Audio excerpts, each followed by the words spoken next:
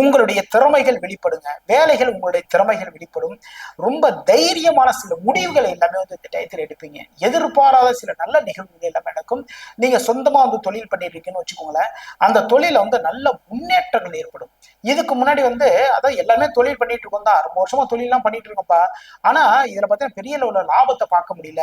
அதே பிசினஸ் வந்து போயிட்டே இருக்கு. வேற இன்னொருத்தன் பண்ணிட்டு இருக்கான். அவன் பார்த்தீங்கன்னா பெரிய லெவல்ல லாபத்தை தூக்குறான்.